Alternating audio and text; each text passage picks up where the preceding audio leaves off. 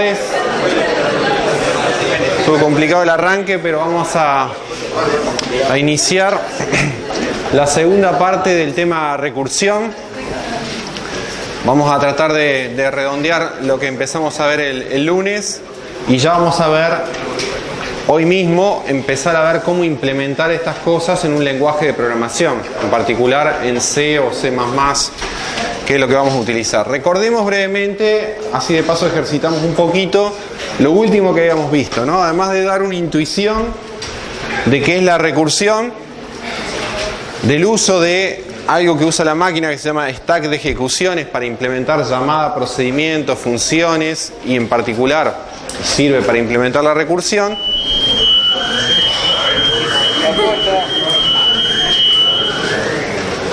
Se calmó. Lo que empezamos a ver al final de la clase es que hay esquemas que nos ayudan a programar recursivamente bien. ¿Está bien? Eso lo están viendo en paralelo con el curso de lógica y que se basa en una noción de conjuntos inductivos. Pero uno dice, ¿qué tiene que ver un conjunto numérico, por ejemplo, con un tipo de datos en un lenguaje de programación? Bueno, un conjunto es una colección de cosas. Un tipo de datos es eso. El tipo int es una colección de enteros.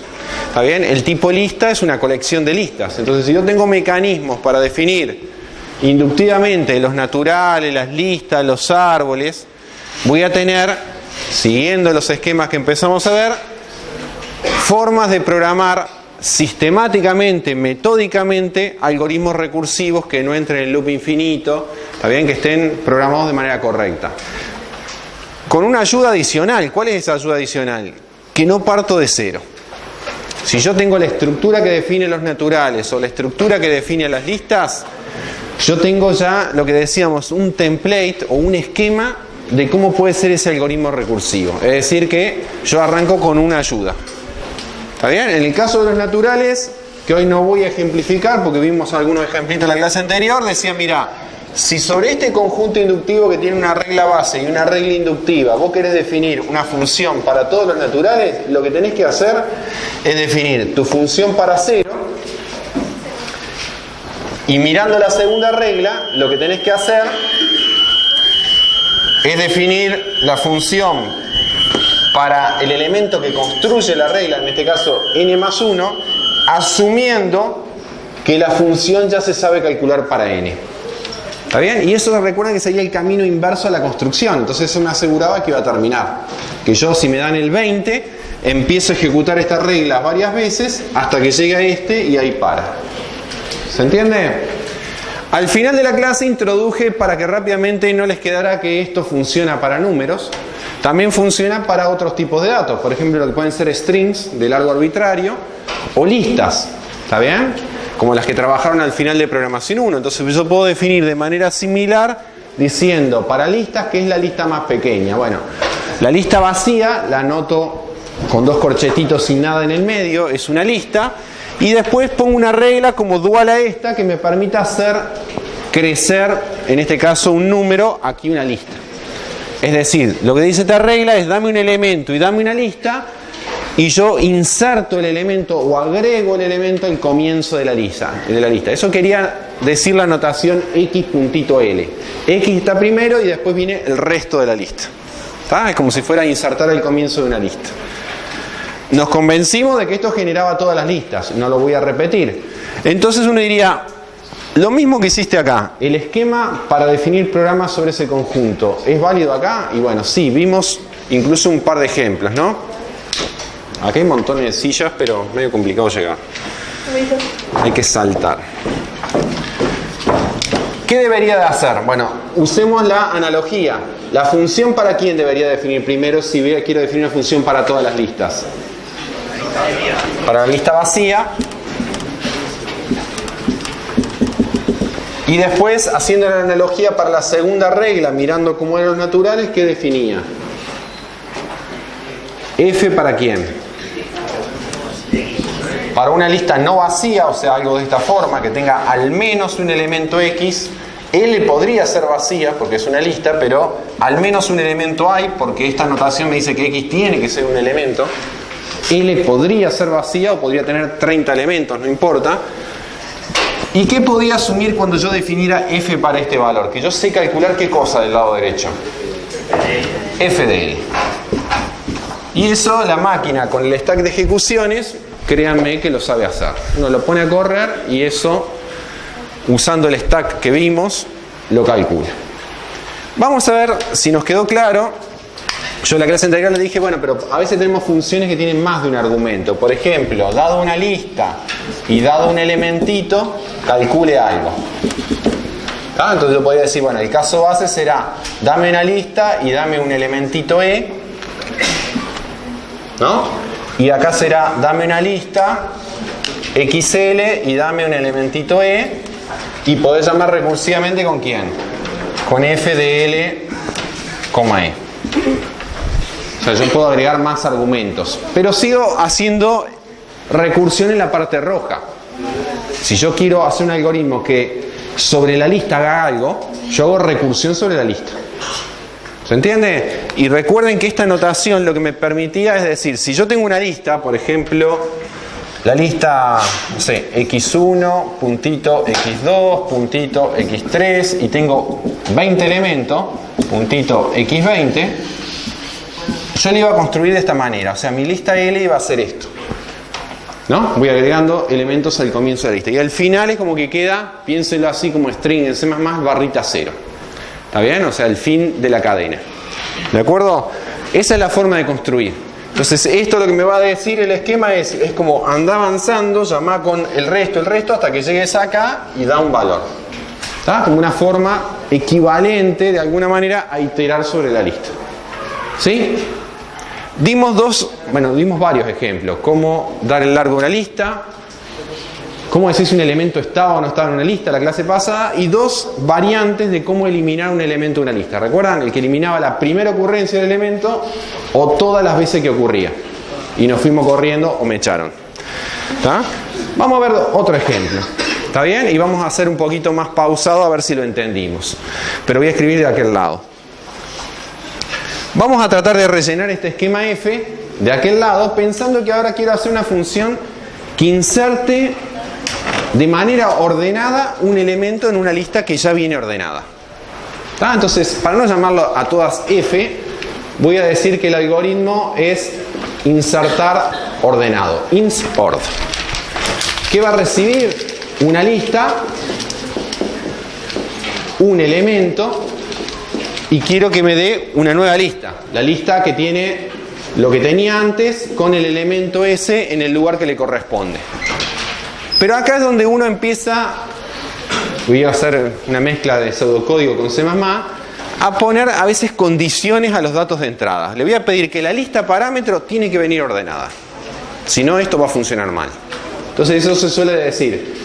Precondición,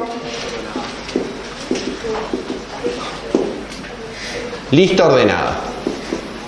Cuando digo lista, hay una sola lista, o sea, me estoy refiriendo al parámetro, ¿no? Lista ordenada. Si hubiera alguna ambigüedad, diría de izquierda a derecha, de menor a mayor. De menor a mayor, ya está. ¿De acuerdo? Es como una condición extra a la lista. Bueno, ¿cómo arrancaríamos este programa? Díganme que les quedó algo de la clase pasada. Claro, uso el template para no pensar. Y pienso cuando relleno el template. Entonces lo primero que digo, voy a pensar el caso vacío. Insert, que me dice la primera regla, ¿qué pasa si tenés una lista vacía y un elementito E? Bueno, ¿qué será insertar de manera ordenada un elemento en una lista vacía? Uno diría la lista unitaria, ¿no? Como esa funcioncita que tiene ahí dado un carácter, tiene que generar una cadena que tiene ese solo carácter, ¿no? En este caso, de acuerdo a la notación aquella, sería E puntito lista vacía. Eso sería una lista unitaria, ¿no? Porque las listas, fíjense cómo se construyen. Dame un elemento, dame una lista vacía y te genero la lista unitaria, sería en este caso. Lo mismo que nosotros a veces no denotamos así, ¿no? Pero es como un abuso de notación, digamos, ¿no? Pero es lo mismo. Vamos al otro caso, que es el interesante, ¿no? ¿Cuál es el otro caso? ¿Qué es lo que escribo antes de ponerme a pensar? Insert, primer argumento, ¿cuál? XL. No importa eso ya después. A ver si esto funciona. Igual, por ahora no voy a usar eso. Y un elementito E. Pero ¿qué puedo asumir acá? Y lo voy a dejar como ayudita ahí escrito. ¿Qué es lo que puedo asumir que sé hacer? O la máquina va a saber hacer.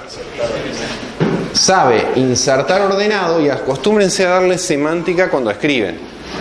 Insert L, E, lo que dice es, yo sé insertar E en L en el lugar que le corresponde. ¿De acuerdo? Pero ¿cuál es la situación? La situación es que yo acá tengo, piénsenlo así, X, y acá tengo L, y quiero meter E en el lugar que le corresponde. Pero sé que esto está ordenado, o sea, este es menor o igual que este, menor o igual que este, ¿no? Menor o igual. Eso se cumple. ¿Les parece que hay casos que considerar? ¿Qué puede pasar, no? Respecto a este y el primero. Porque este me dice, yo lo sé insertar, pero en este pedazo grande. Ahora la pregunta, ¿siempre va a ir en ese pedazo grande? ¿Qué pasa si el elemento es menor que el primero? Debería ir primero. Entonces uno dice, bueno, acá parece que va a haber dos casos. ¿Qué pasa si el elemento E es menor o igual que X, pongámosle? Si el elemento E es más chiquito que el primero, para que esto me quede ordenado, ¿dónde tiene que ir? Adelante de todo. Es decir, va a ser la lista de resultados, ¿cómo la construyo? El elemento, puntito, ¿qué? Lo que ya estaba. ¿Qué es lo que ya estaba? XL. X, puntito, L. O sea, fíjense, esto no lo usé ahí. La máquina lo va a saber hacer, pero en este caso no tuve que volver a llamar a la función. Porque sé que es menor que el primero, entonces lo agrego primero y se acabó. ¿De acuerdo? ¿Sí o no? Bueno, si no, else. ¿Cuál es el else? El elemento es más grande que el primero. Entonces, en la lista de resultados, seguro quién está primero. X. ¿Está? X tiene que quedar primero porque este ya es más chiquito que el E. Ahora la duda es, E debería ir en algún lugar acá. Debería saber cómo insertar E dentro de esto que lo llamo L. Y eso es esto. Tenés que llamar de nuevo a la función, solo que no incluirá X. O sea... Exactamente.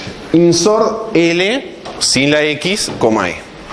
Y como eso me da una lista, digo, es X seguido de eso que lo voy a dejar en rojo, ¿no?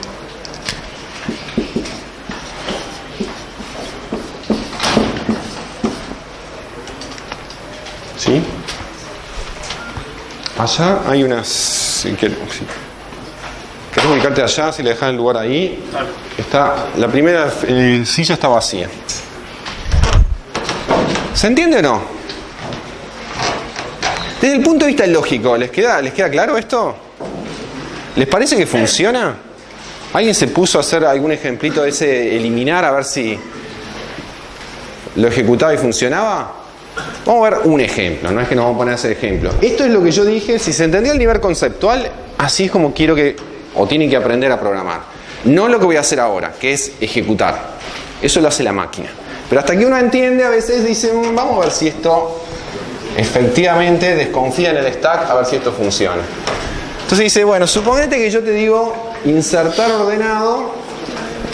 Pero una pregunta. Sí. Ahí el insertar ordenado del E en rojo. Bueno, esto lo sacaría porque era una ayudita en el medio, ¿no? ¿Es eso? Está. Ese ayudita lo usé en una de las dos ramas del if. En esa de arriba no me hizo falta. ¿Está? Entonces fíjense qué pasaría si yo digo insert y le doy una lista de letras, pensémoslo así. Vamos a ponerle la lista que es A, C, D.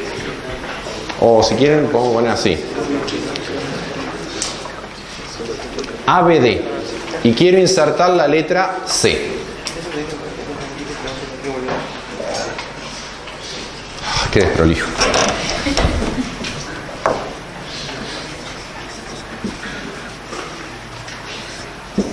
¿Ah? O sea, esta es mi lista y este es mi elementito. ¿Se entiende?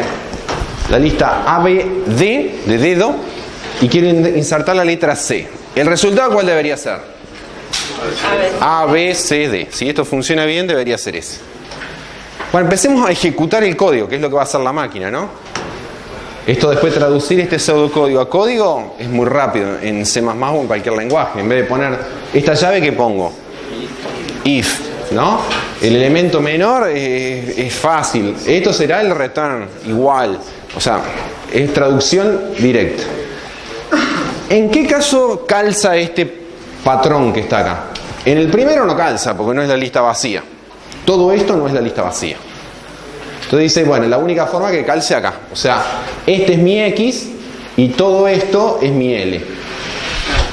¿De acuerdo? ¿Sí? El primero y el resto. Entonces, ¿qué es lo que chequea acá? Si el elemento E, que es la letra C, es menor o igual que el primero. Y dice no. Entonces dice, retorno esto. Entonces, ¿esto a qué es igual? Deja la X primero, que es la letrita A. Y después, ¿qué hace? Llama a insert con L, que sería B de lista vacía, coma la letra C. Un paso de ejecución. Dice uno, ¿terminé? No terminé porque volví acá a invocar a la función. O sea, hasta que no deje de invocarla, se sigue calculando, digamos, ¿no? Pero ya la A quedó primera. Esa nadie la va a mover del lugar. Porque ya la recursión, o sea, lo que me dé esto va a ir en este lugar, pero ya la A quedó primera. ¿Está? Entonces, si calculo esto, ¿qué me va a quedar acá? A puntito y calculo esto. Vuelvo a entrar. Esto es una lista, ¿no? Pero no es una lista vacía, o sea, no entra por acá. Vuelve a entrar por acá.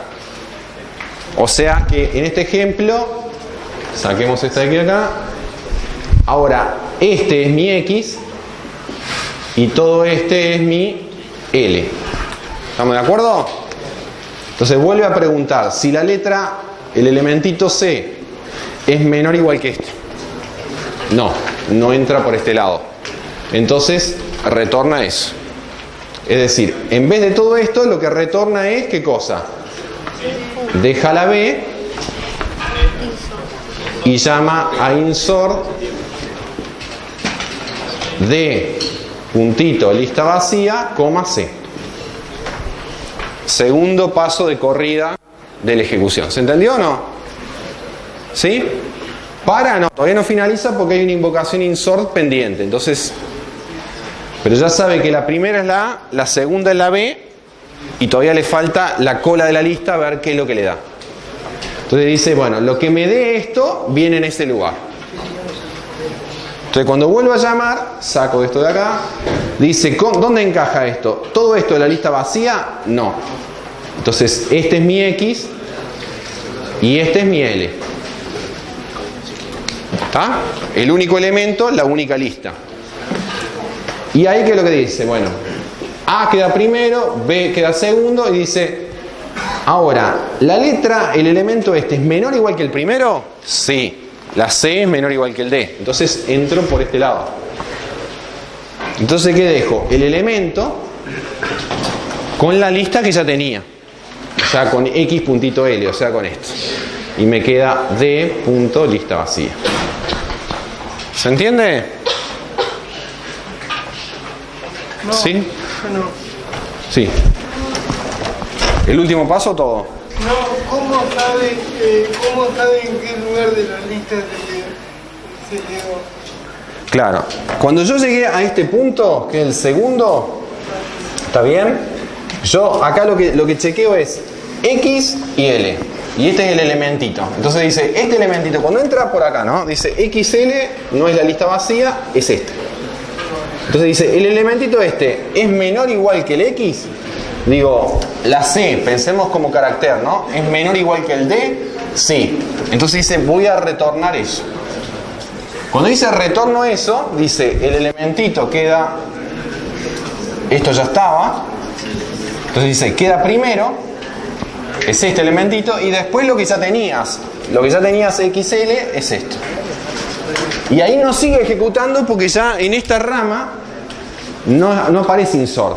O sea, se transforma, fíjense que en esta función hay dos casos base o de parada. Cuando llega a la lista vacía, ¿qué sería el caso de la lista vacía? Que lo fue a insertar y justo le tocó al final. O encontró algún lugar antes, lo mete y deja el resto como estaba. ¿Se entiende? Es como que va copiando hasta que encuentra el lugar, enchufa el nuevo, el que quiere agregar, y el resto lo pega a continuación. ¿Se entendió? ¿Acá hay algún tipo de acumulación que pueda llenar la pila? Sí, cada vez que uno dice vuelvo a hacer una cuenta es un ingreso al stack. Si tuviera una lista gigante, podría ser que si tengo un stack chiquito se llenara. En la práctica no nos va a pasar. Aunque no pase nada después, porque viste que en el otro ejemplo Sí. era porque te da un código y se sigue. Sí. Entonces cuando volvió se tenías en el stack. Claro, porque el ejemplo ese de la clase anterior que era P llamaba P, nunca llegaba a un caso base, o sea, nunca ni frenaba como acá, en este caso frena, o llegaba como acá, en este caso frena. Tenía un solo caso que era volverse a llamar. Entonces, iba agregando en el stack siempre, no importa qué tamaño tuviera, en algún momento eso desborda. En cambio, esto tiene dos casos base.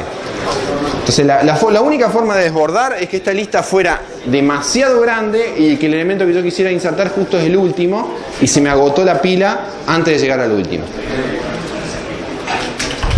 ¿Está? ¿Se entiende? ¿Está claro o no? ¿Sí? Ahora los voy a poner a prueba a ver si entendieron. Último ejemplo de esta parte.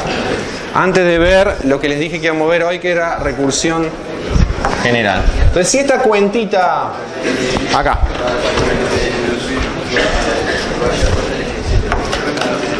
ahora queremos algo más potente, queremos un algoritmo que ordene una lista.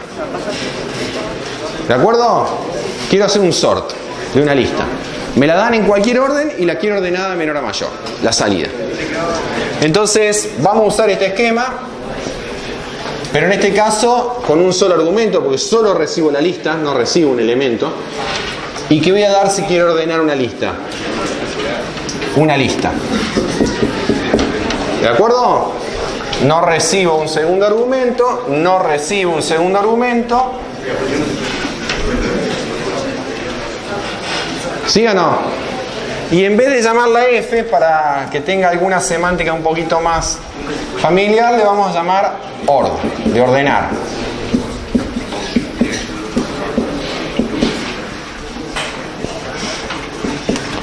Entonces, saco los naturales de acá. ¿Cómo arranco con esto? Bueno, la idea es, de nuevo, no empiezo de cero. Ya tengo el esquema para este tipo de función escrito acá. ¿Tá? O sea, es de alguna manera la guía, el template que me ayuda a decir, bueno, si relleno esto bien, esto va a funcionar. Sigue el esquema de definición, por eso se llama recursión estructural, porque sigue la estructura de cómo están construidas las listas. Sorpréndanme. Díganme que entendieron. ¿Cómo leo eso? La primera línea es fácil de llenar, ¿no? ¿Qué es ordenar una lista vacía?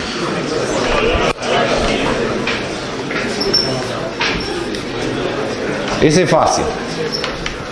Y la segunda dice, mira, quiero... ¿Cómo la leen? ¿Alguien se anima a leerla, pero con significado? No me diga ord x.l igual... No, nada. Eso... Un elemento y una lista. Sí. Vas a poner insertar X en una lista ordenada. O sea, tenés que pasar L por pastilla no. Bueno, ¿entendieron? Ah, vos dijiste que sí, ¿eh? ¿Qué dijo? Vos decís lo de XL. Sí. Primero ordenás L, después lo que haces es tipo... No, vos me estás dando una solución, ella no dijo eso. Ella leyó lo que está acá. De alguna manera dice, mira, yo quiero ordenar XL, ¿y qué me dice esto? Yo ya sé ordenar L. Ord L es la lista L y créanme, completamente ordenada. Me dice, tengo casi todo el laburo hecho, pues si L en ord L ya está hecha, no dijo eso, pero bueno, yo le agrego. ¿Está bien? Ya tengo casi todo el laburo hecho, ¿qué me falta? ¿Qué le falta a ord L para hacer lo que yo quería, que era ordenar XL? Y uno dice meter el X, ¿no? ¿Dónde va el X? ¿Puedo ir primero? Y capaz que sí, ¿no? ¿Cuándo iría primero? ¿Cuándo va primero? Cuando es el más chico. ¿Cuándo va en el medio? ¿Cuándo va el... ¿Y cómo hago eso? Ahí tengo la función ISORT. Entonces, uno podría haber dicho, bueno, acá hicimos primero aquella, pero acá uno podría decir, bueno, esto no es tan trivial, pero yo acá detecto que tengo un nuevo problema, entonces lo pienso aparte, que es aquel. ¿Cuál es el problema que tengo que resolver acá? Tengo una lista ordenada y le quiero agregar un elemento y no sé dónde va. Entonces me hago aquella función auxiliar, la programo y acá la invoco. ¿Se entiende? Entonces puedo empezar a hacer funciones recursivas de manera incremental o modular.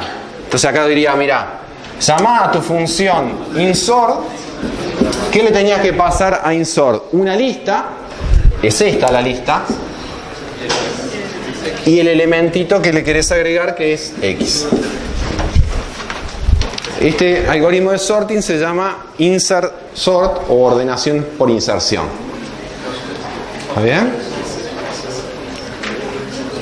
Lo que quiero que noten es que sale naturalmente interpretando el esquema. ¿Está bien? Hay otros que no salen tan intuitivamente con el esquema. El select sort, quick sort, merge sort. Hay muchos algoritmos de sorting. Pero este sale leyendo el esquema, casi que me lleva a este algoritmo. ¿Estamos de acuerdo? Bien. Pregunta. Estaba en la guía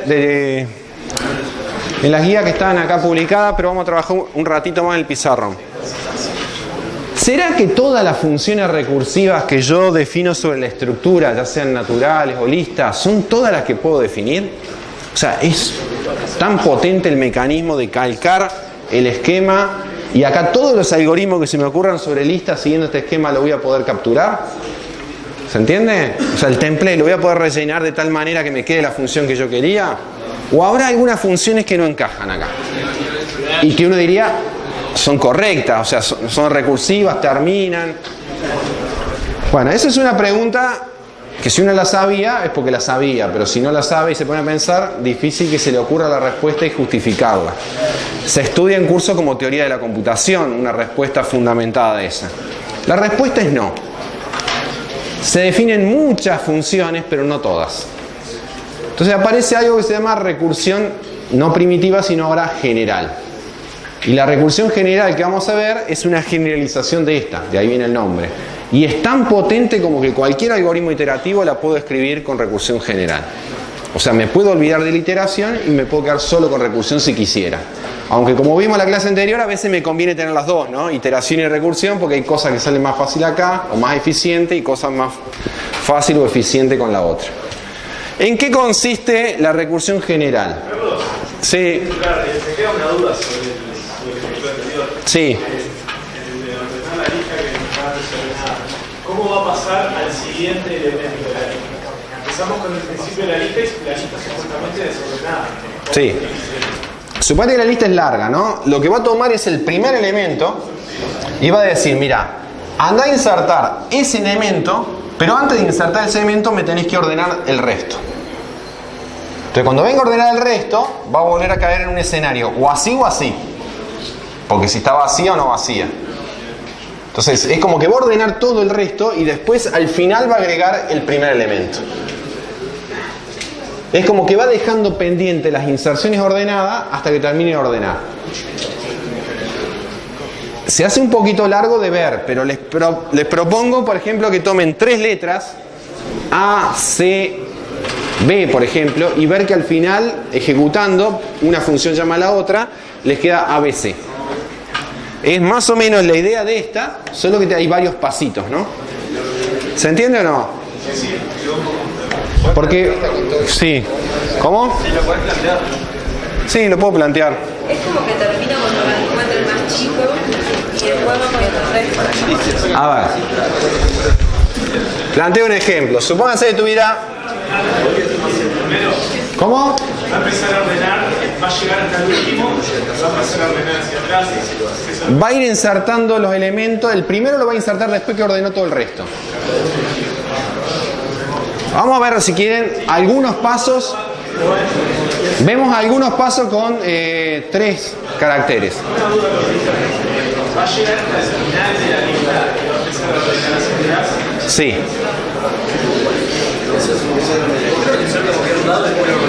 Bueno, hay distintos algoritmos de ordenación. Pasa que si vos decís inserto en cualquier lado y después ordeno, ¿y quién lo ordena? Si el problema de ordenar es este. O sea, tendría que tener el algoritmo ya hecho antes, habría como una circularidad. Quiero ordenar y entonces le digo insertar y después ordenar. ¿Y quién lo ordena? ¿Está bien? A ver, les pongo algunos pasos a ver si lo visualizamos. Supónganse que yo le digo, mira, quiero ordenar la lista B A C.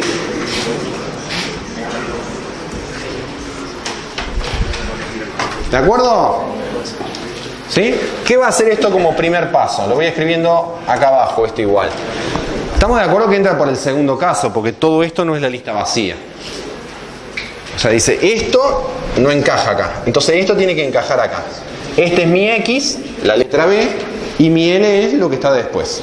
¿Estamos de acuerdo o no? Entonces, ¿qué es lo que dice? Bueno, esto te va a dar insort de quién. Ordename L, dice acá, o sea, llama a ord de quién. AC. Y después dice, agrega el primer elemento que es la B. ¿Se entiende? O sea, quedó planteado, el primer paso quedó planteado así. Si él, ahora obviamente se va a calcular esto. O podría empezar a calcular esto, pero uno dice, ¿cómo va a calcular esto si todavía no tiene esto? Entonces empieza a calcular ord. Lo cierto es que si yo lo creo que esto sucesivamente va a pasar y esto me va a dar la lista ordenada, porque ya está ordenada, ahora lo vamos a ver. Exacto. Exacto. ¿Está? Hagamos un paso más si quieren para que todos lo vean, ella lo vio, pero hagamos un paso más. ¿Estamos de acuerdo hasta ahí? Entonces dice, bueno, calculemos, dejemos esto y esto planteado, pero calculemos qué es lo que es ord de esto. Y vuelve a entrar, dice, ¿todo eso que está acá adentro es la lista vacía? No, encaja por acá. Entonces dice, mira, esto vamos a reemplazar solo este pedacito de acá, ¿no? Este pedacito de acá, ¿en qué se transforma? Se transforma en insort, ¿no? ¿De quién? ¿De ord de quién? De C. Y inserte ordenado, ¿quién? La A. O sea, todo esto, lo que le dé esto, es lo que viene acá. ¿Sí o no? ¿Me siguen? Pero dice, todavía no sé. Vamos a terminarlo porque si no... Como decía Olmedo, si lo vamos a hacer, lo hacemos bien. Ord C, la lista vacía, ¿qué es lo que es? Vuelve a llamar una vez a la función esta, porque no es lista vacía, entra acá. Entonces, ¿qué me dice? Este pedacito, ¿como que se reemplaza? Otro insort. No. Ord. Un elemento, puntito, una lista. Entra acá. Pero es insort de ord vacío. Ah, está. Pero insort. Pensé que me decías directamente vacío acá. Insort de quién? Ord de quién? Lista vacía, coma, C. O sea, a ver, para que no nos perdamos, lo que me daba acá, que es donde venía, acá. Lo que me dé esto, viene acá. O sea que todavía no puedo insertar la B porque no pudo resolver este, para resolver este tiene que resolver este, para resolver este tiene que resolver este, o sea, quedó pendiente. Cuando llega acá, ord, lista vacía, ¿qué le da? Lista vacía. Y ya está, eso está fácil. Entonces todo esto me dice, todo esto ya ser calculado. Todo esto es la lista vacía. Entonces dice, bueno, inserta en una lista vacía C. Bueno, es correr el que vimos recién. ¿Me creen que eso da C punto lista vacía, no? Es el caso base. ¿Sí? Entonces dice, también... Entonces también sé cuánto me da esto que está acá. Dice, esto es C punto lista vacía. Entonces dice, bueno, inserta en C punto lista vacía la A. Va a ser menor que el primero. Ahí va a correr el algoritmo que vimos recién. Es menor que el primero, lo pone al comienzo. Ya te doy. ¿Sí? ¿Sí o no? Entonces, todo esto, ¿cuánto le da? A punto C punto lista vacía, porque lo pone primero. ¿Sí o no? Bien. Y ahora llegamos al último paso, porque dice, mira, tengo la lista AC, lista vacía, y quiero insertar la B. Vieron que fue forzando para abajo, pero cuando volvió, ya la tenía ordenada. AC está ordenada. Entonces va a meter la letra B en una lista que ya está ordenada. Y va a seguir aquí el algoritmo y le va a poner, bueno, segunda. ¿Se entendió? El algoritmo es el mismo, ¿no? O sea, lo que está haciendo ahí es lo que hizo ahí. No.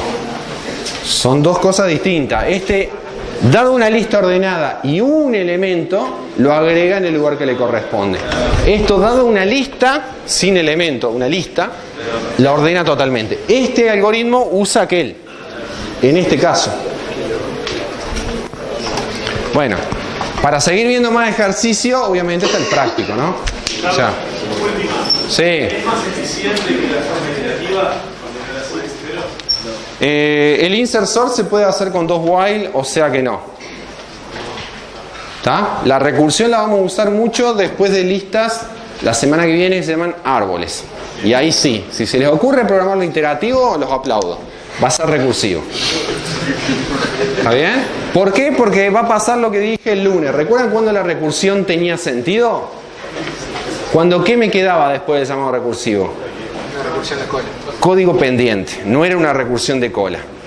Y en los árboles, cuando yo recorro un árbol, ¿no? Tengo, por ejemplo, el directorio raíz, pienso en la carpeta raíz, tengo las subcarpetas que dependen de él, no es una línea, como una lista, sino subcarpeta, digo, si estoy buscando una carpeta, entonces digo, no es la raíz, entonces anda a buscar en esta rama del árbol y deja pendiente buscar en las otras. Entonces hay llamados recursivos pendientes. Entonces, si me meto por uno, el otro código recursivo me queda pendiente. Entonces ahí pensarlo iterativo, complicado e ineficiente. Recursivo es fácil y eficiente. ¿Ah? Bueno. ¿No queda qué? ¿Te queda qué? Claro, viene calculando esto y después empieza a decir inserto, inserto, inserto. Y cuando insertó la última, que era la letra B, ahí termina. Ya no queda más pendiente. Que fue lo que hicimos, ¿no? Es como que bajamos. Cuando tuve el resultado, fui haciendo inserciones al orden inverso. Pero esto lo puedo hacer, no, pero este lo puedo hacer con 2 while anidados. Digamos que no queda código pendiente porque no tengo punto y coma algo más. Después de hacer esto no tengo algo más acá. Entonces esas, digamos, las puedo hacer con 2 while. Dejémoslo ahí porque si no la empezamos a complicar mucho. Bueno, vuelvo a mi pregunta. ¿Puedo con este tipo de esquemas que se calcan de la definición definir todas las funciones recursivas? No. Por eso existe recursión general, es tan potente como cualquier programa iterativo. ¿Está bien? El tema es que se empieza a complicar. ¿Por qué? Porque dice, ya no te podés basar solo en el esquema del conjunto. ¿Está? Entonces, para ilustrar esto, que lo van a ver en el curso de lógica, vamos a verlo con un ejemplo, creo que es más intuitivo. Y por acá, no estaba el compañero que estaba sentado a esta distancia el lunes, dijo Fibonacci. ¿Está bien? Entonces, ¿se conoce la serie de Fibonacci? ¿Está? La serie de Fibonacci es una serie que es 1, 1 y después la suma de los dos anteriores, ¿no? 1 más 1 es 2, 2 más 1 es 3, 3 más 2 es 5, 5 más 3 es 8, un 8 raro, 13, ¿no? Y así voy calculando. 21 después, ¿no? La puedo hacer una serie infinita. ¿Ah? ¿Saben para qué se usa esta serie? Bueno, se usó en una película, ¿no? ¿Cuál? Código Da Vinci. Pero ¿para qué se usa? Se usa mucho en biología y en genética. De cómo se transmutan variantes de estas cosas, los genes. Es como que de los progenitores transmiten información a través de las generaciones, ¿no? En este caso simplemente sumando, pero a veces arrastrando la historia. ¿Tá? Por eso que es muy conocida, no por la numérico, sino por... La serie de Fibonacci se implementa mucho en lo que es genómica computacional. Bueno, tenemos una experta en el área. ¿Vieron que no les mentía tanto? Bueno, quiero hacer una función que calcule los números de Fibonacci. ¿Está? Entonces, por ejemplo, que si yo le digo, mira, te doy el 0, la posición 0, pensemos como si fuera como un vector. ¿Vieron que los arreglos en C empiezan desde la posición 0 en adelante? Bueno, te doy el 0, te doy el 1, te doy el 2, el 3, el 4, el 5, el 6. Yo quiero que me des el número que le corresponde. ¿Está? ¿De acuerdo? O sea, quiero hacer esta función, la vamos a llamar Fibonacci. ¿Cómo la definiría esa función Fib? Dado un natural, me da un natural, ¿no? Bueno, si seguimos la lógica que yo hice acá, ¿qué hice? A mano metí dos cosas a prepo, ¿no? Esta y esta, dije, son así. Y para las siguientes, había como un patrón. Entonces podría decir, estas dos, caso base, me dicen acá. O sea, yo digo, mirá, Fib de 0 es 1, Fib de 1 también es 1, y después podría decir Fib de n, pero si digo n, uno diría con n mayor o igual que 2, ¿no? Porque quiero decir a partir de acá para adelante. A veces, para hacer eso, uno suele escribir directamente n más 2. ¿Está bien? Porque como estoy hablando de naturales y n es una variable, ¿qué valor más pequeño puede tomar n? Si es un natural, 0. Pero ya la expresión 0 más 2 es al menos 2. ¿Está bien? O sea, una forma de no poner n mayor o igual que 2 es poner acá n más 2. ¿Y cómo se calcula esto? El Fibonacci de cualquiera de los que estaba acá, ¿cómo se calculaba respecto a los anteriores? Uno diría, es lo que te dé Fib de n más 1 más, ¿qué cosa? El Fib de n. ¿Está? Ejercicio para ustedes, sí. Pero si ponías solo n, en realidad no era necesario aclarar que era mayor o igual que 2, porque se sabe que ya tenés quién es el valor de 0 y 1. O sea, bueno, no vas a meter un 2 cuando ya tenés. Lo que dice la compañera es correcto, pero vamos a ver que hay un pequeño detalle que lo voy a mencionar ahora. Dice, mira, si ya tenías el 0 y el 1, al poner el n ya se sabía que era mayor o igual que 2. En los lenguajes de programación uno suele asumir el orden de evaluación de arriba hacia abajo. Entonces va chequeando las condiciones, si fuera un if, el SIF, el SIF, el SIF, ¿no? La primera que se cumple la hace y no sigue chequeando el resto. Si yo lo hago así, podría poner n. ¿Está? Hay lenguajes de programación, sobre todo que son programación paralela, que puedo poner, no hay un orden, para evaluar más rápido. ¿Cómo? Cuando programás concurrente, ¿no? Concurrencia, por ejemplo, ¿no? Cuando programo concurrencia. ¿Está? O cuando programo en programación funcional en Haskell, por ejemplo. Entonces, van a ver que no es un detalle haber puesto los casos disjuntos, para que no entre la duda. A ella no le entró la duda porque dijo, si yo miro de arriba para abajo, no me va a entrar la duda que para 0 cuánto es. Pero dejémoslo así. ¿Está? La pregunta es, ¿esa función está bien? O sea, ¿termina para todos los naturales? ¿Me pueden asegurar que termina? ¿Que está definida para todos los naturales? ¿Que siempre va a dar un único valor y no puede dar dos resultados posibles para un mismo input? Todas esas preguntas, ¿me las pueden asegurar? Si yo miro el esquema que tenía para los naturales, que lo borré, el esquema me decía, si vos definís f para 0, ¿no?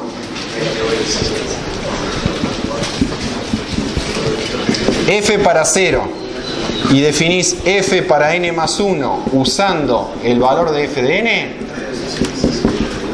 las tres preguntas que hice, la respuesta es sí. Siempre termina, siempre te doy un único valor y está definida para todos los naturales. ¿Por qué? Porque es el esquema de todas las posibles definiciones, o sea, de cómo está definido el conjunto. Esto me asegura que termina porque sigue la forma inversa como se construyó. Acá están todos los patrones. Si tuviera un caso más, tendría una regla más. Entonces, cuando me salgo de la estructura, de la recursión estructural, hay 3 condiciones que yo tengo que asegurar para ver que esa cosa, llamémosla fib, es una función correcta. Y ahí viene la recursión general. Hay un trabajito extra. Yo tengo que probar 3 condiciones. ¿Alguien ya vio esto en lógica? ¿Está? Bueno, cuando vayan a lógica la van a gastar entonces. Se llama, ¿se entiende? La exhaustividad, la exclusión y la terminación. ¿Está? Intuitivamente, ¿cuál es la idea? La exhaustividad, vamos a verlo conceptualmente porque esto lo van a ver desde el punto de vista teórico con más detalle en lógica. La exhaustividad dice, si vos te saliste de ese esquema, capaz que no lo definiste para todos los naturales. Tenés que ser exhaustivo y decirme que en el nuevo formato que usaste, todos los inputs posibles están considerados. O sea, lo definiste para todo. Lo que se suele llamar la función es total, no es parcial. Uno dice, a ver, ¿cuáles son todos los naturales? Es cierto que el 0 es un natural, el 1 es un natural, ¿y cuáles me faltan? Y uno diría los mayores iguales que 2, pero los mayores iguales que 2 entran por esta regla. Mientras que acá decía que todos los naturales los podía particionar en 0 y los mayores iguales que 1, esta la partición en 0, 1 y los mayores iguales que 2. Pero están todos. Entonces diría, es exhaustiva. Lo tienen después resumido en las guías esas que están... ¿Está bien? ¿Cómo me doy cuenta de eso? Chequeando esto. La parte izquierda de la definición. Si están todos, si ya veo huecos, por ejemplo, supóngase que me olvidé este caso, el del medio. Uno diría, la función es exhaustiva, y diría, no sé cuánto es fib de 1. No es 0, y uno dice, y tampoco puede ser acá, porque para que esto me dé 1, ¿qué debería pasar? N ser negativo, pero es un natural, no puede ser. Entonces uno diría, tu definición no abarca todos los casos. En este caso sí. ¿Está? ¿De acuerdo? O sea, gráficamente uno podría decir, yo estoy viendo que esta cajita fib merece llamarse función. Lo primero es que sea exhaustivo, es decir, que todo el dominio esté definido. Ya está. La segunda, quiere decir que una característica fundamental de una función es que para un input no tenga un doble resultado, si no, no es una función.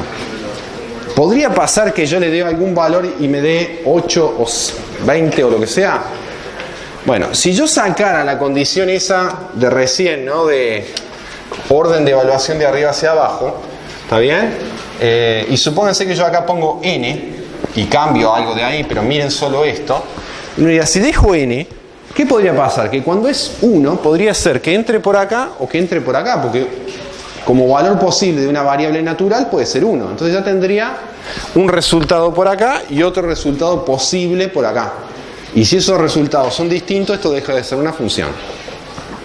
Entonces la forma de garantizar eso, que la secuencia de cómputo no me da un doble resultado, en realidad es bastante fácil. Es forzar a que no tengas más de un camino de cálculo. Entonces, ¿cómo hago eso? Haciendo que lo que está acá del lado izquierdo sean disjuntos o excluyentes entre sí. Que el 0 solo puede entrar por una regla, la primera. El 1 solo puede entrar por una regla, la segunda. Y un número mayor o igual que 2 solo le queda esta posibilidad. Si yo defino un orden de evaluación de los parámetros como en la mayoría del lenguaje de programación de arriba hacia abajo, eso se garantiza. Porque el primero que lo cumple ejecuta y no sigue chequeando el resto. Si tengo concurrencia o programas funcionales, eso no está garantizado. ¿Se entiende? Entonces, ¿qué garantiza eso? Bueno, que si sale un valor, no ocurre esto. O sea, hay un único resultado. Si algo llega a la cajita y sale un único valor. Entonces me falta la tercera condición. Pues yo dije, 100, todos los valores llegan. Si sale de la cajita hacia afuera, el resultado es único. Bien. Pero la pregunta es, ¿quién me garantiza que sale? Capaz que entró y se quedó dando vueltas. Porque la función es recursiva, se llama a sí misma y nunca sale. Entonces bien, la tercera condición, ¿cuál es? La terminación. Me dice, ¿acá tenía que probar que esto terminaba? No, era muy fácil, porque vos sabías que estructuralmente este es más chiquito que este. Entonces si este llama a este, eso termina. Hasta llegar al caso base. Exclusión o no superposición, son sinónimos. Están las transparencias esas que yo les voy mostrando, solo que hoy preferí trabajar en el pizarrón. Ahora voy a ir si me queda tiempo, a la pantalla. ¿Sí? ¿De acuerdo? ¿La terminación en qué consiste? Tercera condición. Hasta ahora fib cumple las dos primeras. La tercera condición, ¿cuál es? Que cada llamado recursivo, ¿cómo tiene que ser respecto al parámetro? Menor. ¿Está bien? Uno diría, n más 1 es más chiquito que n más 2. Sí. N es más chiquito que n más 2. Sí. Entonces uno diría, termina. Hay que tener cuidado. ¿Por qué digo que hay que tener cuidado? Les voy a poner otro ejemplo. Sí. ¿Por qué arrancar de n más 2? Lo de n y r. Porque digo, la única cláusula de las tres que es recursiva es esta. Pero cuando lo fueras a programar tendrías que hacer n menos 1 y n menos 2. Si pusiera acá n, pondría n menos 1 y acá n menos 2. Claro. Sí, es lo mismo. Y la condición n mayor o igual que 2, es lo mismo. Claro. Sí. Supónganse que defino esta función.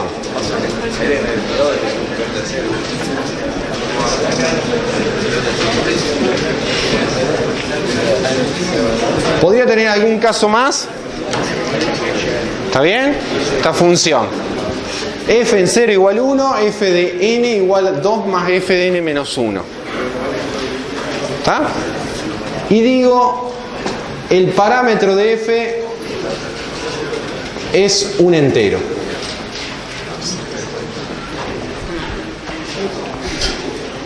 Aunque acá no hubiera nadie más, ¿me aseguran que siempre termina? No, No, ¿por qué? porque si tú Un ejemplo. pones menos 1, Exacto. entonces no termina nunca. Fíjense que si yo le invocara esta función con menos 1, ¿qué haría f de menos 1? La única chance no entra por acá, entra por acá. Diría es 2 más f de menos 2. Y f de menos 2, ¿qué es lo que va a hacer? 2 más f de menos 3. 2 más f de menos 4. Y se fue al infinito. Si fuera f de 6, ¿termina? Sí. Sí. Porque f de 6 va a decir 2 más f de 5. ¿No? 2 más f de 4, 2 más f de 3, hasta que llega al 0 dice 1. Entonces no termina siempre. Uno diría, para los mayores iguales que 0 termina, para los negativos no termina. Y uno dice, pero pará, ¿este no es más chiquito que este? ¿N menos 1 no es más chiquito que n? Sí. Entonces no alcanza con decir más chiquito. Está acotado. Está acotado. Y eso en órdenes se llama, ¿alguien sabe? Un orden que tiene menores, pero que tiene un piso, una cota. Orden bien fundado. Es un orden donde todas las cadenas de más chiquitos tiene un mínimo. Enteros no tiene un mínimo. Ese es el problema. En los naturales, este sí, este es más chiquito que este es más chiquito que este, y en los naturales hay un mínimo. ¿Cuál es? El 0. No hay nada más chiquito que el 0. ¿Se entiende? O sea, fib, no me voy a detener tanto acá porque no vamos a ver tantos programas recursivos generales en programación 2, van a ver más en programación 3. Y como ya van a tener una buena baqueta con el curso de lógica, con esto, vamos a dejarlo ahí. ¿Está? Pero antes de dejarlo ahí, vamos a ver un ejemplo, pero con listas de recursión general. Así ya, con eso redondeamos.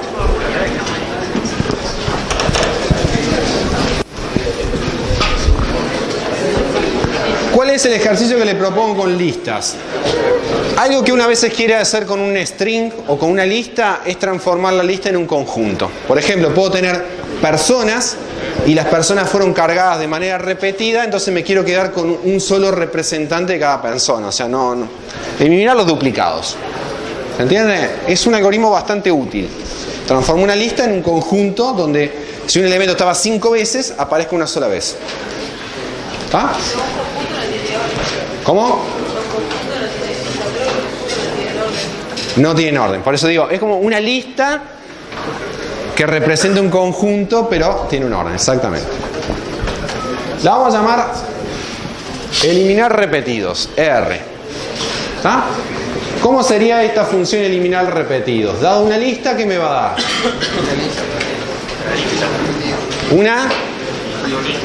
Una lista.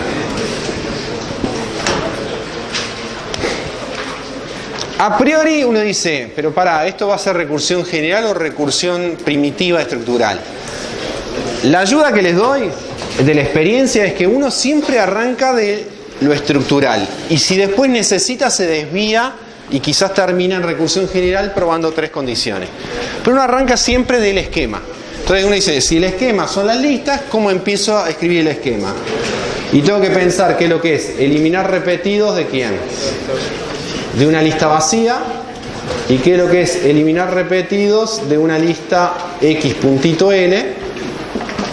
Y si pienso en recursión estructural, uno diría, sé hacer esto, eliminar repetidos de L. Pero ahora que sabemos recursión general, fíjense lo que nos pasó en Fibonacci, uno diría, podría ser L o podría ser algo más chiquito que L, siempre y cuando tenga un mínimo. Por ejemplo, en el caso del Fibonacci llamé a n-1, que era el inmediato más chiquito, pero también al n, que era 2 más chiquito. Entonces uno diría, lo deja así como, bueno, puede ser L o si preciso algo incluso más chiquito que L. ¿Se entiende? Vamos a dejarlo pendiente. Entonces, si es más chiquito que L, seguro que es recursión general. Si es L, es recursión primitiva y estas 3 cosas que acabamos de verificar no hacen falta. ¿Está bien? Porque ya me las garantiza el esquema. Bueno, la primera es fácil. ¿Qué es lo que es eliminar repetido una lista vacía? Bien. ¿Y la otra? ¿Qué es eliminar repetidos de una lista XL sabiendo ya eliminar los repetidos de L?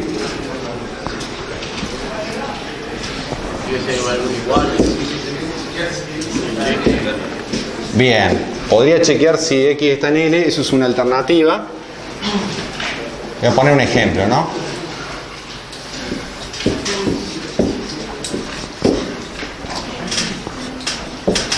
Y les voy a dar un criterio, porque podría ser, si está repetido, ¿cuál dejo de los repetidos? El que estaba primero, el que estaba último, cualquiera. Vamos a tratar de dejar, si está repetido un elemento, voy a dejar la primera vez que ocurre, esa queda. ¿Está? Entonces vamos a ver si esa idea de hacerlo en un ejemplo nos ayuda a pensar ese algoritmo. Quizás usando una función de las que usé al final de la clase pasada. Podría. ¿Quién dijo? Podría, es costoso ordenar porque tiene, vamos a ver después cuando hagamos análisis de algoritmo, tiene orden n cuadrado, o sea, es lento y después que tengo repetido es más fácil, ¿por qué? Cuando está ordenado, ¿qué es mirar los repetidos? Los consecutivos.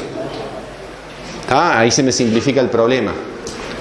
Acá, no sé, vamos a ver que lo puedo hacer, pero cuando nos metamos en eficiencia vamos a ver que no es una solución eficiente. Vamos a tratar de no usar el ordenar, pero podría ser una alternativa. A ver si los convence esta idea. Cuando encuentro el primero, la A, ¿qué hago? Estoy armando la lista de resultados. Como es la primera vez que ocurre la A, ¿qué tengo que hacer? Dejarla. Porque la primera vez de cualquier letra tiene que quedar. Pero ¿qué es lo que no quiero ver más de las A? ¿Qué es lo que no quiero ver más en este pedazo de la lista? Ninguna A. O sea, uno diría, esta A ya la debería tachar. Ahora viene la B. Bueno, la primera vez dije que siempre la ponía, pero no quiero ver en el resto más B. Pongo la C, ¿no? Pero no quiero ver más C en el resto. Pongo la D y termino, porque el resto ya me queda vacío. ¿Se entendió lo que hice? ¿Qué es eso de tachar? Eliminar un elemento de una lista. Y habíamos visto en la clase anterior, porque podría ser que la A esté 5 veces acá. Si pongo la primera, las otras 4 se tienen que ir. Entonces, ¿qué podría decir acá? Eliminar repetido XL, ¿qué hago? X lo dejo. Porque la primera vez que ocurre ese X... Pero ahora, ¿voy a llamar a eliminar repetidos con L? No, le pasas como parámetro X a eliminar elemento. Muy bien. ¿No? Acá digo, llamá a la función eliminar, esa que eliminaba todas las ocurrencias del elemento de una lista. En la lista N, porque ya X ya lo saco, el elemento X. Entonces, no estoy llamando con L, estoy llamando dentro de eliminar repetido con la lista que resulta de esto. Es decir, con la lista L con todas las crucecitas, digamos, ¿no? Las X se fueron. ¿Por qué? Porque ya esa X la puse acá. ¿Se entiende o no? Pero vos tenés que asegurarte de que X sea la primera ocurrencia de la lista, ¿no? Seguro que es la primera porque por construcción este es el primer elemento de la lista y después viene el resto de la lista. Si quisieras dejar la última ocurrencia, ya no te sirve. Este no, pero alguien acá dijo, pertenece, ¿no? Creo que alguien de hace un ratito dijo. Podría decir que si pertenece, entonces la saco y entonces cuando ya no pertenezca más la pongo, entonces pongo la última. Eso está en el práctico.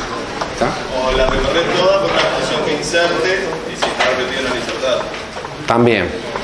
O sea, puedo hacer muchas variantes. Vamos quedando con esto porque ¿qué quería ilustrar con este ejemplo? Recursión general. ¿Está bien? Pregunta, ¿esta cosa R es una función? Si seguía el esquema este que estaba acá, en negro, en cualquier momento lo piso y ya estaba, pero no seguía ese esquema. Uno dice, este y este son iguales, pero acá, ¿con qué podía invocar? Con L. Y no estoy invocando con L, estoy invocando con esto. Supónganse que alguien entendió mal lo que tenía que hacer el in y en vez de quitar elementos, lo que hace es agregar X varias veces. ¿Qué podría pasar entonces cuando vuelve a llamar R con esto? Que sea más grande. Y si es más grande, no termina. Cada vez que entre por acá va a agrandar la lista. Entonces nunca termina. ¿Qué es lo peor que le puede pasar a esto? A ver, les voy a poner una trampa, a ver si se dan cuenta. ¿Cuál es la trampa?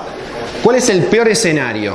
Y uno diría, o sea, ¿qué tan grande puede ser esta lista? Supónganse que X no está en L. Entonces no hay nada que borrar. ¿Qué me queda en lugar de todo esto? ¿Qué es lo que es eliminar X de L cuando X no estaba en L? L. Ese es el peor escenario, ¿están de acuerdo? Puede ser más chiquita, ¿por qué? Porque si el mejor caso, ¿cuál sería? Son todas, dentro de L son todas X. Entonces me queda lista vacía. ¿Está? Pero el peor caso, de la lista más larga posible que me puede quedar acá, es L. E incluso en ese caso, ¿por qué termina? Porque acá es XL. Ya tiene un elemento menos. Al menos un elemento menos. Y si elimina varias veces, muchos elementos menos. Por eso digo, podría ser un paso más pequeño o muchos más pequeños. Y si tachó muchas X. ¿Se entiende? ¿Sí o no? ¿Bien? ¿Ahora? A mí no me queda claro cómo continúa avanzando el ¿Cómo se tira el segundo de X? Y lo pasa que son dos funciones, o sea, hacer una corrida lleva tiempo, pero lo que dice es, en este caso, toma la A y la pone derecho, esa no se la cuestiona. Y lo que dice después, volví a llamar a la misma función, pero con el input cambiado, es decir, ¿con qué va a decir? Pongo la A, el elim lo que hace es eliminaba todas las ocurrencias de X en L, y me da una lista. Esa lista me va a quedar como el primer elemento de la lista. Claro, si esta es tu lista, pone la A y llama a eliminar repetidos ¿con quién? Con la B, C, B, esta A se va porque la elimina, D y C. El primer paso va a ser eso. O sea, puso la A, pero cuando llama a eliminar repetidos, dentro del resto de la lista que le quedaba, tacha la A que estaba. La función va a agregar automáticamente el primer elemento. ¿Va cómo? Va a tomar el primer elemento de la lista Sí. automáticamente. Claro, porque toma XL, dice el primero, lo pone acá. Y después va a eliminar repetidos, no con el resto, sino con el resto. Sí. El ingreso de R es lista, nada más, no es el que queda ahí abajo. Es esta lista que es XL. Que en nuestro caso, XL sería, este es X, la primera vez, y esto es L. Entonces dice, déjala, que es X, y llama a eliminar repetidos. Va a devolver una lista con ese tipo de parámetros. El elemento del resto de la lista. Sí, perdón. Eliminar va a devolver una lista con ese tipo de parámetros. Exactamente. El primer elemento y el resto de la lista Sí, o sea, me da esta misma lista, pero sin la ocurrencia de esa letrita A. Por eso dije, fíjate que esta lista sin la A es lo que escribí acá.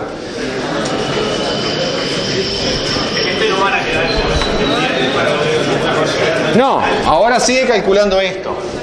¿No? Va a dejar la B y va a llamar con esto sin las B. Llega a la lista vacía, Termina. Nos queda pendiente ir insertando. Gente, obviamente estos temas no son triviales y requieren práctica, por eso y no se agota la práctica en el práctico de recursión, porque cuando veamos lista y cuando veamos sobre todo árboles, va a haber mucha recursión. Pero ya la vamos a ver la recursión en C++. ¿Está bien? Entonces, cuando lleguemos ahí, ustedes ya van a tener un práctico hecho de este tema. Entonces, lo que falta es práctica, ¿se entiende? Si se entendió muy bien la idea. Bueno, vamos a ver de alguna manera algo que creo que les va a resultar útil y que quería apurarme a verlo, obviamente, antes de turismo. O sea, a ver, con la motivación de ver cómo implementar estas cosas inductivas, ¿está bien? Vamos a repasar en realidad, o vamos a ver cómo es el manejo de la memoria dinámica, los punteros. ¿Está? Que ustedes lo están trabajando sobre strings, sobre char asterisco, digamos, ya en la primera tarea. ¿Está bien? O sea que van a llegar con un manejo de este tema. Pero pongámonos primero, antes de meterle los punteros, que vamos a llegar a ver algunas cosas hoy. La motivación, ¿cuál podría ser?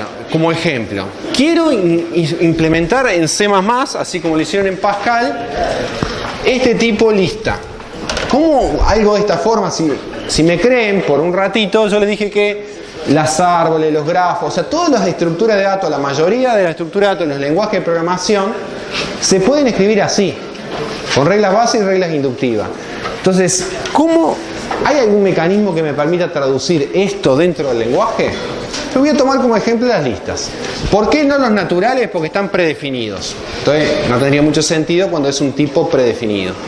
Entonces digo, lo que les propongo es, ¿cómo implemento este tipo de lista en C++? O en C++, como quieran. Problemas que uno se encuentra cuando quiere hacer esto. Bueno, que son infinitas listas. Bueno, dicen, pero eso también pasa con los naturales, con los reales, o sea, un problema conocido, ¿no? Uno toma un máximo representable y se la arregla con eso en la computadora. La otra dificultad es que las listas no solo que son infinitas, sino que son de tamaño variable.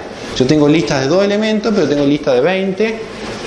Y eso es un problema, ¿por qué? Porque ¿qué hace el compilador cuando yo declaro una variable de un tipo? Y en particular este tipo, yo ahora estoy pensando qué pasaría si este tipo T fuera lista. Lo que hace el compilador, en nuestra primera clase creo que lo vimos, y todas las computadoras hacen lo mismo, cuando uno declara una variable de un tipo, en la memoria, no voy a escribir mucho acá, pero reserva un lugar en la memoria que desde el programa a este lugar lo va a acceder con el nombre de la variable X, pero eso es una cierta dirección de memoria, puede ser un número binario, hexadecimal, no importa, no nos vamos a meter en cómo está codificado esto. Dice, mira, reservame un cachito en la memoria y yo me voy a referir a ese cachito con X, y tiene que tener la capacidad de guardar cualquier elemento de este tipo. O sea, tiene que tener suficiente cantidad de bytes para guardar cualquier elemento de ese tipo. Por eso sí, uno dice, para guardar cualquier entero hay cierta cantidad de bytes que reserva, ¿no?, el lenguaje para, no solo para el 0, sino para el máximo entero representable. Es la misma cantidad. Y eso es lo que hace cualquier compilador cuando compila esta sentencia. Entonces la pregunta es, ¿cómo se las arregla o cómo se las podría arreglar si este tipo T fuera algo variable? Y una alternativa sería decir, bueno, dejo como los arreglos, ¿no? Definir listas o arreglos de largo 20. Y no más de 20. Pero yo quisiera, no quisiera restringir. No puedo tener los infinitos, pero por lo menos quisiera que fuera de largo ajustable, no cuando se compila, sino cuando ejecuta. Y mientras haya memoria. O sea, no le quiero imponer un límite arbitrario cuando yo lo compilo. ¿Por qué? Porque puede ser un file system de un sistema operativo y uno dice, ¿qué sé yo cuánto puede tener un usuario de cantidad de carpeta? No lo quiero restringir. Mientras tenga memoria, que genere carpeta. En un momento se le va a acabar la memoria. Pero no lo quiero restringir. ¿Se entiende? Entonces, ¿cómo hago no algo infinito, porque eso es utópico en computadoras, pero sí algo de tamaño ajustable. ¿Ah? La idea sería, supónganse que yo le digo a la lista 1, 2, 3. Y una alternativa sería decir, bueno, en este dibujito tu memoria, pedí 3 casillas para int, ¿está? Y mete en una casilla el 1, en otra el 2, en otra el 3. Pero eso no es una lista, porque uno dice, una lista y dice, ¿y cuál es el primero? Bueno, debería tener una forma, una convención de decir el primero es, porque no podrían no estar contiguos en la memoria, entonces es este. Entonces necesitaría decir algo que indique o me marque dónde está el primero. La dirección del primero. ¿Se entiende?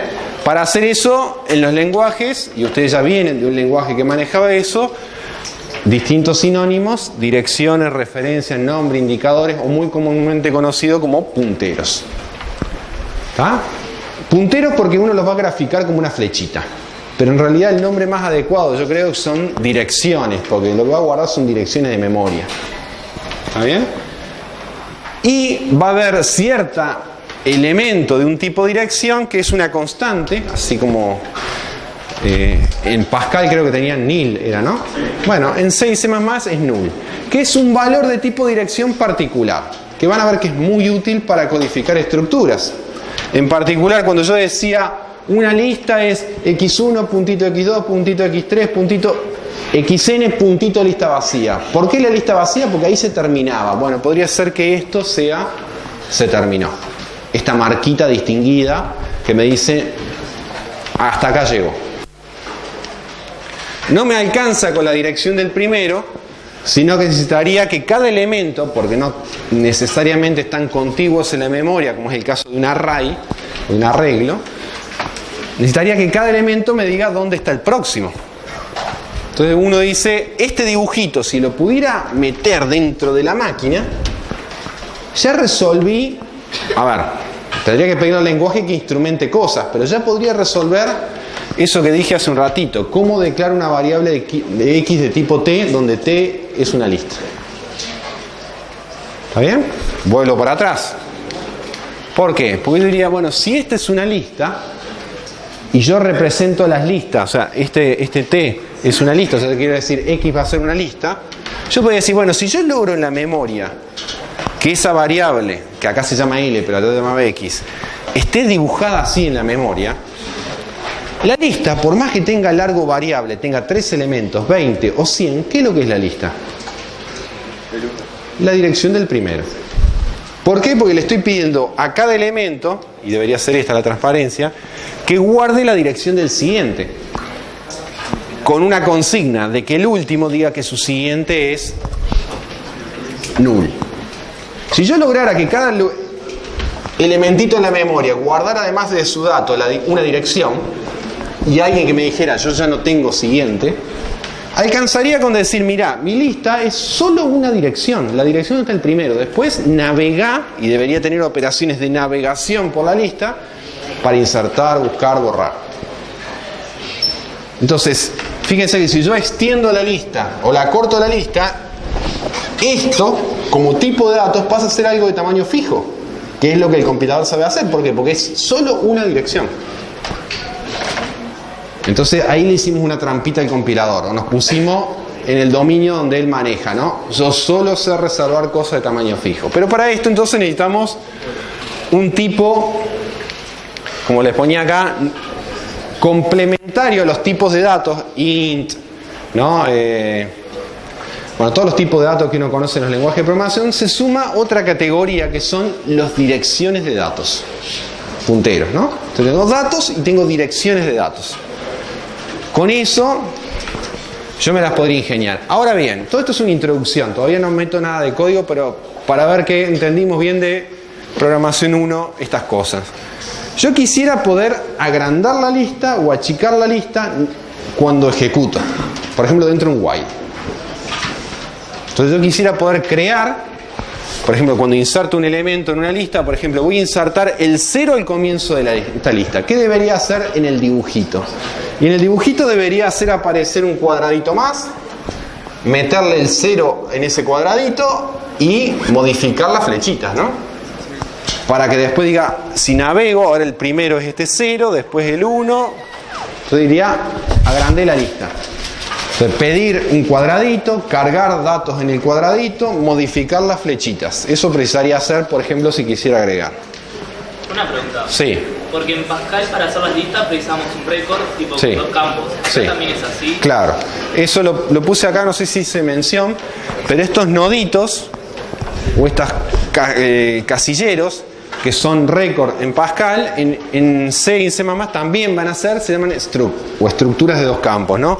Una tiene que contener la información, int, lo que vos quieras guardar como dato, y el otro el puntero al siguiente.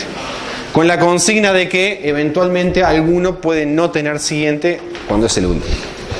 ¿Está bien? Entonces necesitaría poder tener registros en C++ que en Pascal era con record, en módulo también era con record, si hay gente recursante, ahora en C y C++ se llama struct. Bien, como necesito hacer esto y quiero poder hacerlo después que se compiló el programa, aparece esta noción de estructuras dinámicas. Las estructuras dinámicas, ¿qué son? Estructuras que cuando estoy ejecutando, no cuando compilé, porque cuando compilé podría decir, yo quiero tener una lista, pero después empiezo a ejecutar y quiero agrandar la lista. Y yo cuando compilé no sabía el largo que iba a tener la lista. Las estructuras dinámicas lo que permiten es cambiar la estructura en tiempo de ejecución.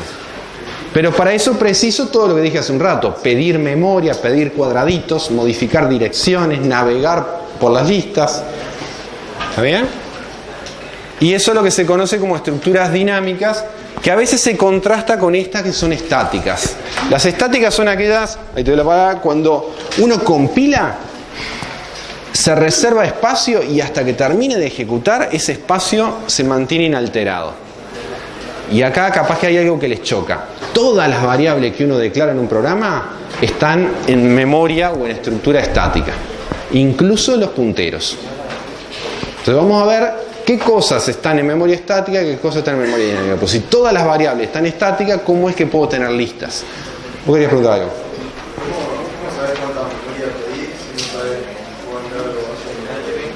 Bueno, justamente, eso puede ser que yo, por ejemplo, una función me dice, pásame como parámetro un int, un n, entonces yo hago un while, y en cada iteración del while voy decrementando el n, porque el n fue el tamaño que quería alguien, por ejemplo, ¿no? Entonces voy decrementando el n y voy pidiendo cuadraditos y voy insertando. Eso podría ser una forma de determinar un tamaño.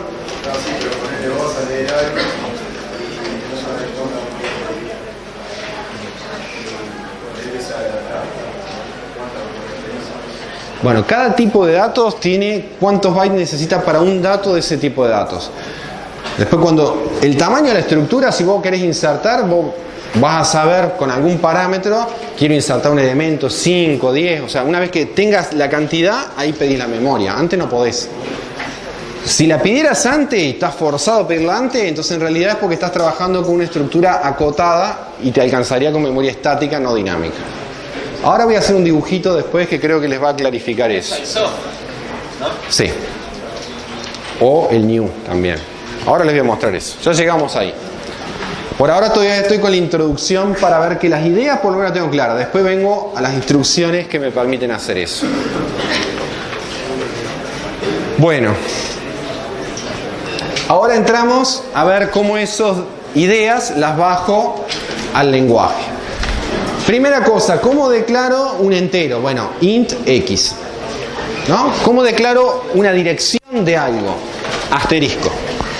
O sea, yo digo variable x, o sea, quiero decir que x es un puntero a un tipo t, que puede ser int, char, lo que sea.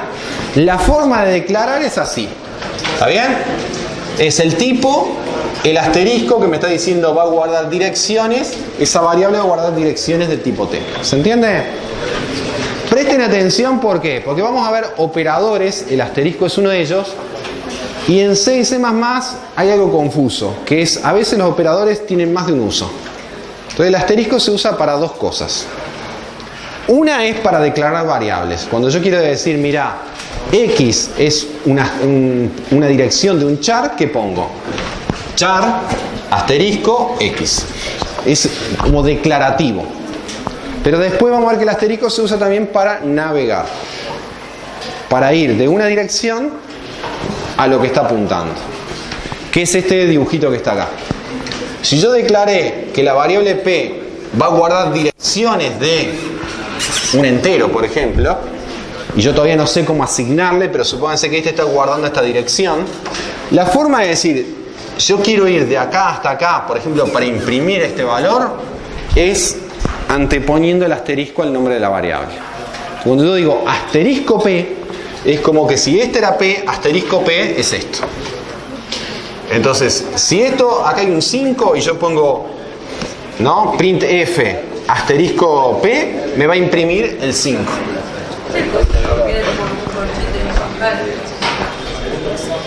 Un corchete.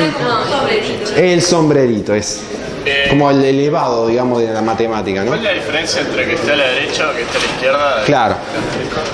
Por eso, esos son los dos usos. Cuando yo lo pongo acá el nombre de la variable, asterisco, el tipo es cuando declaro una variable que va a ser una dirección o un puntero. Y acá es cuando como instrucción yo la uso. Asterisco P, entonces estoy ejecutando algo, estoy navegando de la dirección acá. Ahora vamos a ver ejemplos. Denme un segundo, lo estoy presentando a los operadores y ya vemos ejemplos. ¿Ah? Ejemplos, declaremos dos variables. En lo que va a aparecer de las diapositivas, PTR1 y PTR2 van a ser punteros o direcciones de enteros. ¿Está? Es importante que sepan que cuando uno declara un valor de tipo puntero, no tiene un valor predefinido por defecto en el estándar del lenguaje. ¿Qué quiero decir? Que hay compiladores que le asignan por defecto null, pero no se pueden confiar. Cuando yo declaro esto, PTR1 y PTR2, ¿qué direcciones tiene? Basura.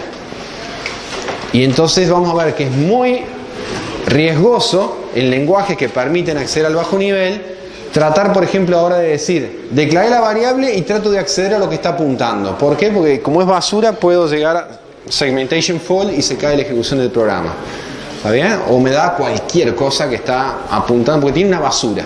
Entonces vamos a ver que así yo lo declaro, pero hasta que no le asigne nada a esta variable, mejor ni las consulten. Tienen basura. Algunos compiladores, vuelvo a decir, por defecto le asignan null, pero no todos. Eso no es un estándar. Entonces uno puede cambiar de un compilador a otro y el programa se comporta distinto. Entonces, por eso digo, están indefinidos. ¿Ah? Segundo operador, antes de empezar a ver cosas, el ampersand. El ampersand también tiene dos usos en C++, y a veces eso es confuso. El primer uso lo vamos a ver hoy, y el segundo uso ya no lo vamos a llegar a ver hoy, que es cuando se habla de pasaje de parámetro por referencia. Vamos a dejar pendiente para la clase que viene. Pero el primer uso sí lo vamos a ver ahora. Supónganse que yo declaro esto un entero y le asigno el valor 5. Entonces, ¿qué es lo que hace el compilador? Dice, mira, en un lugar de la memoria, en cierta dirección, que desde el programa lo vas a acceder con el nombrecito i, yo ya preinicializo con un 5. ¿Está? Cuando declaro la segunda variable, hace lo mismo, solo que no inicializa. Me dice, mira, en cierto lugar de la memoria, una variable IPTR, que está en cierta posición, como no está inicializada, tiene cierta basura. ¿Estamos de acuerdo? ¿Qué es lo que hace el operador ampersand? Aplicado a una variable me da la dirección de memoria donde está guardada. ¿Está? O sea, ampersand i, ¿qué me daría en este dibujo? Esta es la variable i. Es este rótulo que puse acá abajo. Es el lugar de memoria, la dirección donde está guardado la variable i. ¿Está bien? O sea, ¿qué me da? Un puntero. Ampersand me retorna un puntero porque es una dirección.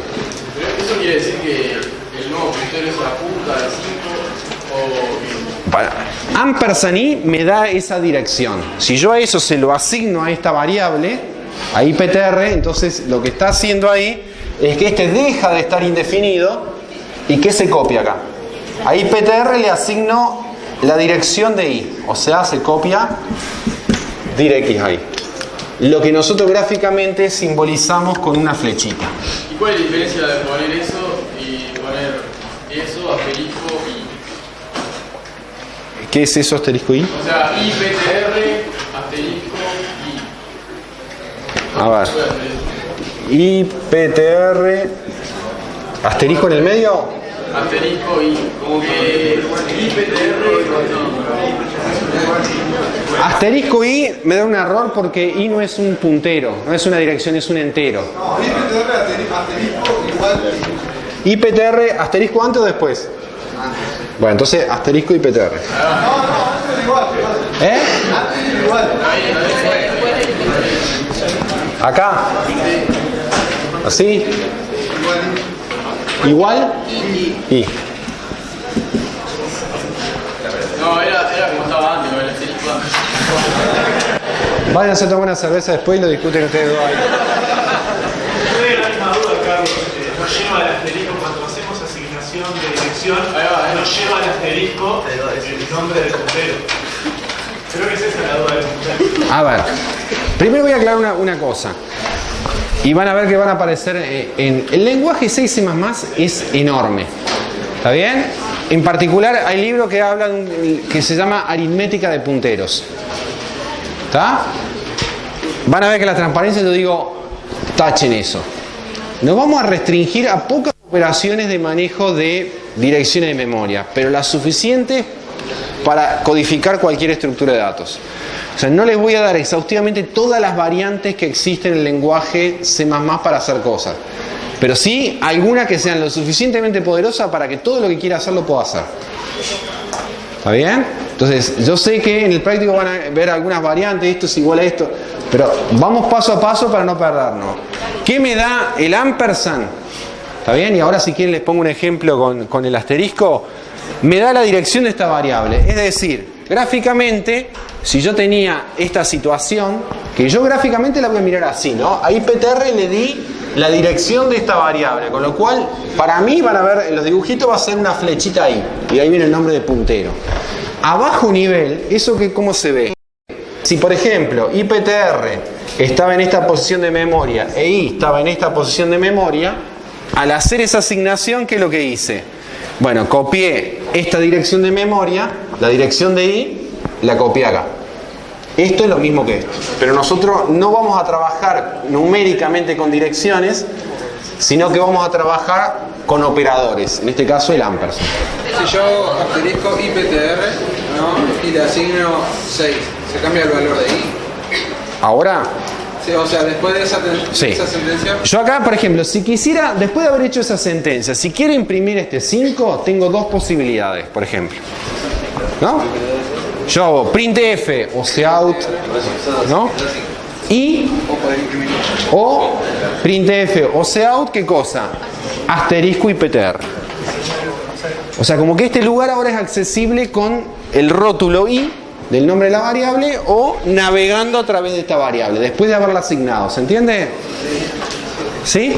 Ahí estaría usando la función de navegación, el asterisco como antepuesto al IPTR es esto.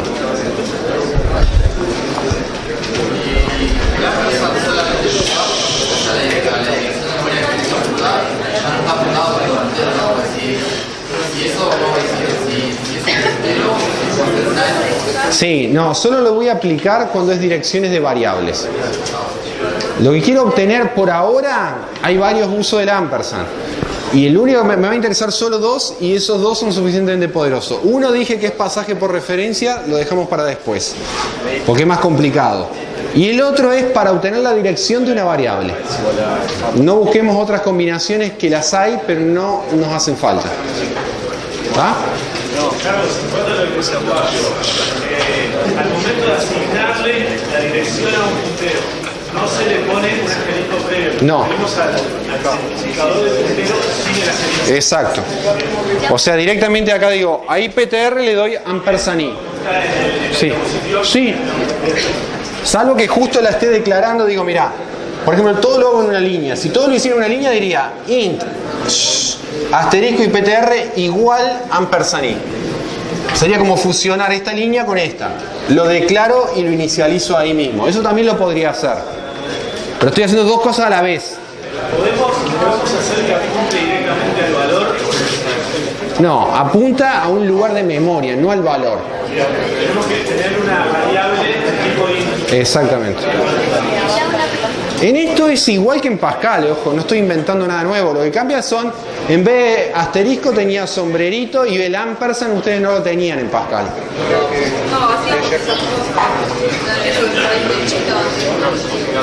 Sí, pero no es lo mismo. Para obtener... Más fuerte con lo que escucho. Si fuera de tipo char, podrías utilizar esa asignación, ¿no?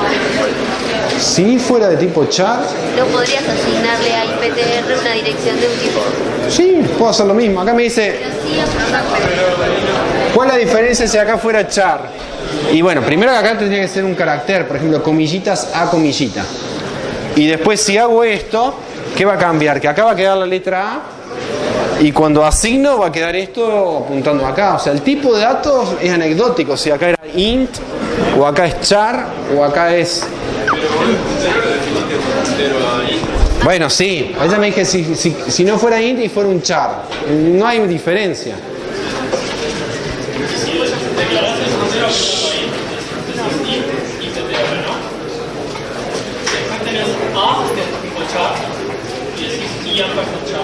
Y para. Int, asterisco, IPTR y si le asigno algo que es un char. Y después haces igual ampersand A, donde A no variables un char.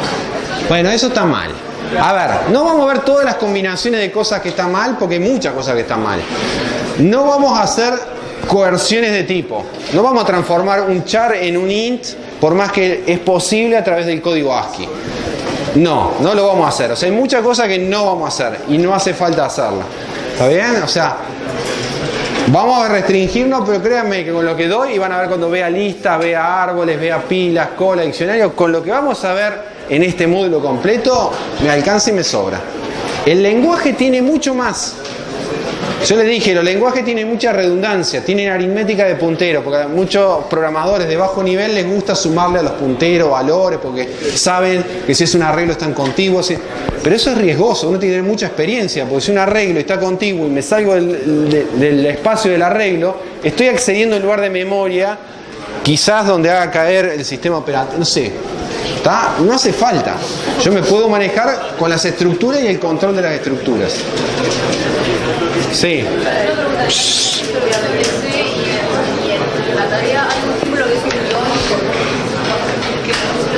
Una flechita. Ahora aparece la flechita. Denme un segundo. Vamos a achicar un poquito las preguntas porque si no... Recuerden una cosa. ¿Está? Los prácticos que hemos diseñado, ¿está bien? Están muy alineados con el teórico, tal cual, cada módulo, no el primero, pero los siguientes, ¿está bien? Con lo cual, todas estas discusiones, todas estas variantes, obviamente van a tener una instancia un poco más pequeñas para ir y volver. Y la tarea está relacionada con el práctico, ¿está bien? O sea, me parece, me gusta que pregunten todo, pero no empiecen a decir, ¿y esto que está mal? ¿Lo detecta? Pues si no, ahí sí no avanzamos nada en la clase, ¿está bien? O sea, no puedo responder todas las cosas que están mal porque hay muchas cosas que están mal, ¿está bien? Pero vamos a tratar de concentrarnos en esto que sabemos que está bien y que mínimamente nos alcanza para programar todas las estructuras. Siguiente cuestión. Yo decía, si quiero insertar al comienzo de una lista, o sea, ya vimos, ¿no?, que el asterisco sirve para declarar punteros, para navegar por punteros. El ampersand me da las direcciones de variables. Ya tenemos tres cosas. Cuarta cosa que preciso. Cuando yo quería agregar un elemento al comienzo de una lista, necesitaba decir, si tengo la lista 1, 2, 3, dame un casillero más para meter un elemento nuevo. Bueno, la instrucción malloc sizeof, un nom tipo, puede ser int, por ejemplo, lo que dice es, si ptr es un puntero a este nombre de tipo, lo que hace esta asignación es decir, dame un cacho de memoria de este tamaño, o sea, de esta cantidad de bytes para este tipo. Si es int, él va a saber cuántos bytes corresponden a un int, me da un nuevo espacio de memoria y esa dirección se le asigna a esta variable. Gráficamente, yo lo vería así, ¿no? Que si ptr Ahora les explico eso. PTR estaba, por ejemplo, indefinido y yo le digo, dame un nuevo espacio de memoria. Ahora vamos a ver de dónde sale esto. ¿Está bien? Y en la dirección de esto, pasásela a este, o sea, este queda apuntando a ese lugar.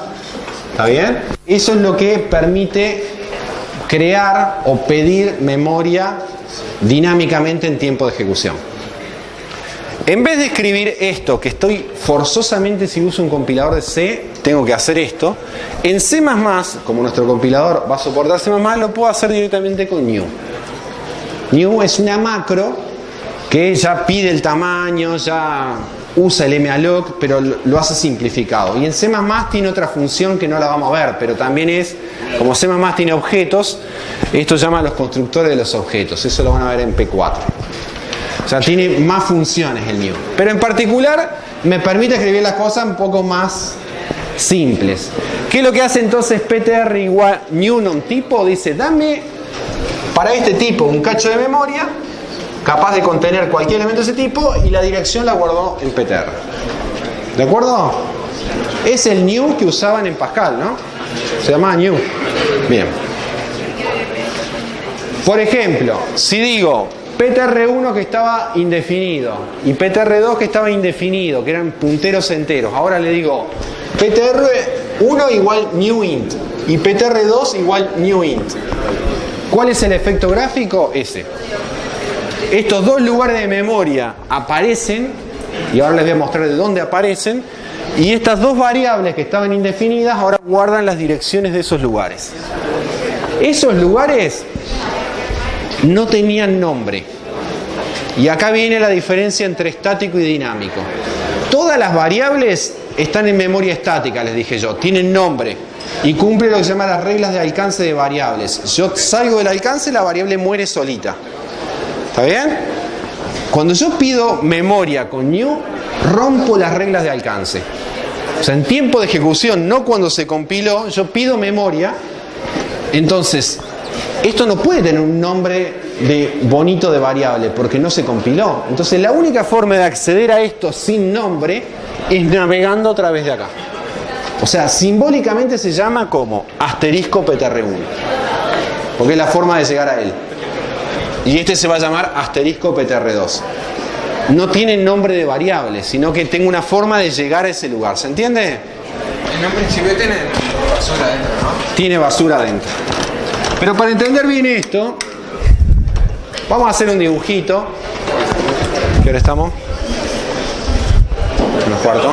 Bueno, hacemos el dibujito y ya vamos redondeando. Sí.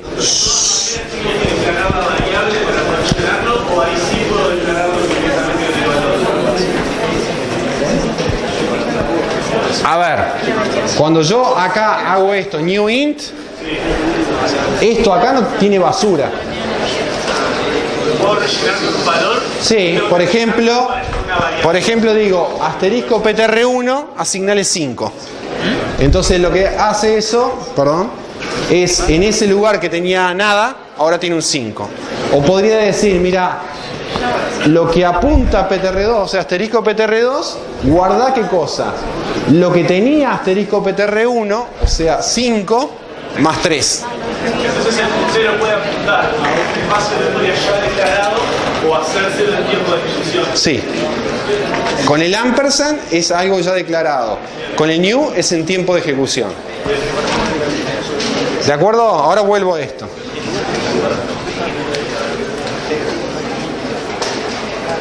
Pero, a ver, ya que expliqué esto, vamos a terminar de explicar el ejemplo. Fíjense, ¿esto está bien? ¿Está bien? Este 5 es un int. Esto debería ser un int. Si no, estoy mezclando las cosas, ¿no? Ahora, PTR1 no era un int. Era la dirección de un entero. Pero asterisco PTR1 es este lugar. Y este sí es un int. Entonces, está bien que a un int le asigne un int. Si uno dijera a PTR1 le asigno 5, está haciendo algo conceptualmente mal. Lo que pasa es que el compilador no siempre se da cuenta. ¿Por qué? Como las direcciones son números, podría ser que le asigne el 5 como dirección. Pero conceptualmente está mal. Direcciones con direcciones, números con números, char con char. O sea, no se mezclan, no hagan conversiones de datos porque le da cualquier cosa. ¿Está bien? Porque de alguna manera la dirección de memoria que le dio new, de alguna manera, aunque no es aleatoria, no la conocen ustedes. Entonces no pueden estar a esa dirección sumándole algo. ¿De acuerdo? Bueno, con este dibujito nos vamos a ir, pero a ver si entendemos bien la cuestión. Si uno le sacara una foto a un programa corriendo en tiempo de ejecución, ¿está bien? Una función, un procedimiento, para quizás entender un poquito esto más claro, yo suelo decir, si esta es la memoria de ese programa en ese momento, hay una parte de esa memoria que es estática. Y una parte de esa memoria que es dinámica. ¿Qué es lo que hay en memoria estática para ese programa? Cuando se compiló todas las variables que declaró, parámetros, variables locales, variables globales, etcétera, están sí o sí acá. IPTR está acá. Como nombre de variable, aunque sea una variable de tipo puntero, tiene que estar acá. Porque todas las variables cumplen reglas de alcance, están en la compilación de memoria estática. Ahora bien, aparece, o sea que toda esta memoria está disponible hasta que el programa salga de su alcance y muera. Pero no es solo esta la memoria que tiene disponible el programa en ejecución, sino que aparece la memoria dinámica. Y la memoria dinámica la vamos a particionar en la que está libre en un momento dado y la que está ocupada. En un momento dado, entonces, el programa en ejecución, ¿qué es lo que ve? ¿Cuál es su memoria usada? Toda la estática, donde están todas las variables que él declaró, y la memoria dinámica que fue ocupando. Me dice, ¿y cómo ganó memoria después de haberse compilado? Solo pidiendo en tiempo de ejecución memoria. ¿Cómo? Con new. New lo que hace es diciendo, si hay memoria dinámica disponible, dame memoria dinámica, no es con mayúscula sino con minúscula, saca un cacho de memoria acá, de acuerdo al tipo que estoy pidiendo, me lo da y me permite desde una variable que esté acá enlazar esa dirección. Entonces gané espacio, porque yo puedo ahora direccionar todo este lugar de memoria. Entonces si yo hago muchos new, voy viendo que mi programa empieza a usar cada vez más memoria. ¿Se entiende? Vamos a ver en la clase que viene también que hay una operación inversa. Porque sería en vez de que cuando quiero insertar, cuando quiero borrar. ¿Está bien? Que es devolver la memoria, que es la operación delete.